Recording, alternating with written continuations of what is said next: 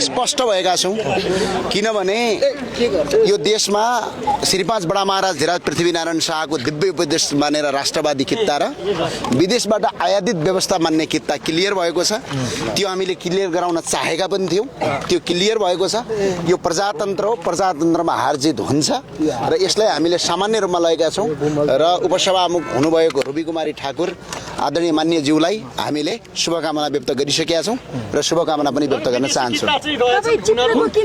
विदेशी किताब मान्ने जो हैन, स्पष्ट धर्मनिरपेक्षता मान्ने, संघीयता देशलाई टुक्र्याएर प्रदेश बनाउने र यो देशमा जसले यो देश बनायो, जुन संस्थाले र जनता र राज संस्था मिलेर देश बनाएको त्यो संस्था माथि अपमान गर्नेहरू। धन्यवाद। प्रक्रिया नै फास्ट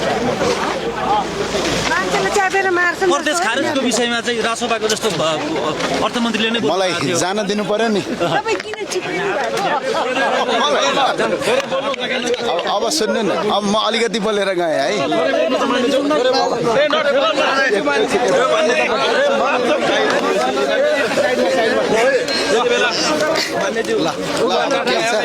केही छ ल भन्नुहोस्।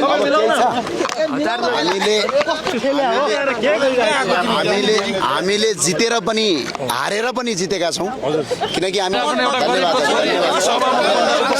धन्यवाद।